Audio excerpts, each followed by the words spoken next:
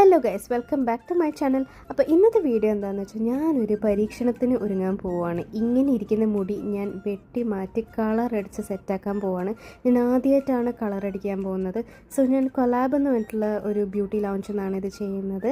നിങ്ങളിവരുടെ വീഡിയോസൊക്കെ സോഷ്യൽ മീഡിയയിൽ കണ്ടിട്ടുണ്ടാവും. അത്യാവശ്യം നല്ല ഫേമസ് ആയിട്ടുള്ള പ്ലേസാണ്. അങ്ങനെ ഞാൻ റിസൾട്ട് എന്താണെന്നും പ്രതീക്ഷിച്ച് അവിടെ ഇരിക്കുകയാണ്. സോ ഫൈനൽ റിസൾട്ട് ഇതാണ്. എനിക്ക് ഭയങ്കരത്തിൽ ഇഷ്ടപ്പെട്ടു. എനിക്ക് ഭയങ്കര ചേഞ്ച് പോലെ തോന്നി എൻ്റെ ഫേസിൽ.